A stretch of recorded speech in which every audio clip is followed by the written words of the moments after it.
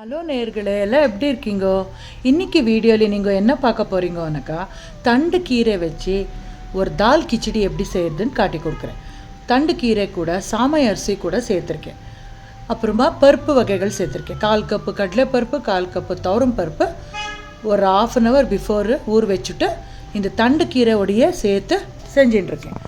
நீங்கள் பாசிப்பருப்பு கூட யூஸ் பண்ணிக்கலாம். ஒரு 1/4 டீஸ்பூன் மஞ்சள் பொடி, அப்புறமா ராத்திரியே கொஞ்சோண்டு காராமணியை ஊற வச்சுருந்தேன், அது கூட சேர்த்துருக்கேன். 2 தக்காளியை பொடியாக நெருக்கி சேர்த்துட்டு வெங்காயம் பச்சை மிளகாய் அதுவும் கூட பொடியாக நெருக்கி சேர்த்துருக்கேன். அப்புறமா 2 டீஸ்பூன் அளவுக்கு சாம்பார் தூளை இதோடையே சேர்த்துருக்கேன். தேவைப்படுற உப்பு சேர்த்துட்டு நல்லா கலரிட்டு அப்புறமா தெனை அரிசி நைட்டே ஊற வச்சுருந்தேன். அது 1 கப் அளவுக்கு ஊற வச்சுட்டாக்கா நிறையா ஆகும், ஒரு 5 பேர் சாப்பிட்லாம். அதையும் சேர்த்துட்டு முங்குற அளவுக்கு தண்ணி ஊற்றிட்டு குக்கர் லிட்டை மூடிட்டு வெயிட் வச்சுட்டு 5 விசிலுக்கு கூ வச்சக்கா சூப்பராக ரெடி ஆகிடும். அந்த கீரை, தெனை அரிசி, பருப்பு எல்லாம் சேர்ந்து வெந்து வந்தால் சூப்பர் டேஸ்ட் வரும். பாருங்கோ, மூடி திறந்து பார்த்தாக்கா எவ்வளோ நல்லா வெந்திருக்குன்ட்டு.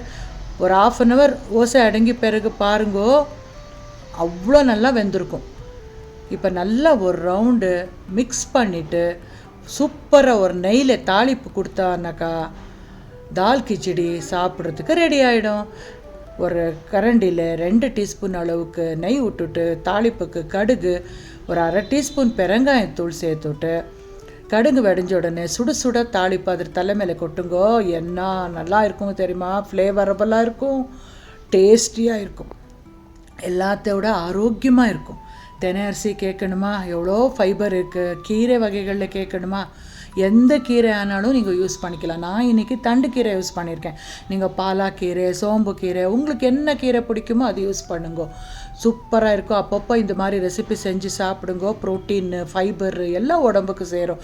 உடம்பு எடையை குறைக்கணுன்றவா கட்டாயமாக இந்த மாதிரி செஞ்சு சாப்பிடணும்.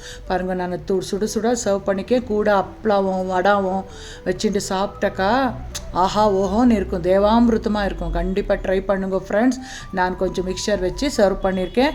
இந்த மாதிரி ஹெல்த்தியான ரெசிபிக்கு என்னோட சேனலில் ஃபாலோ பண்ணிட்டு பாருங்க. அடுத்த வீடியோவில் சந்திக்கிறேன். அன்டில் தென் டேக் கேர், பாய்.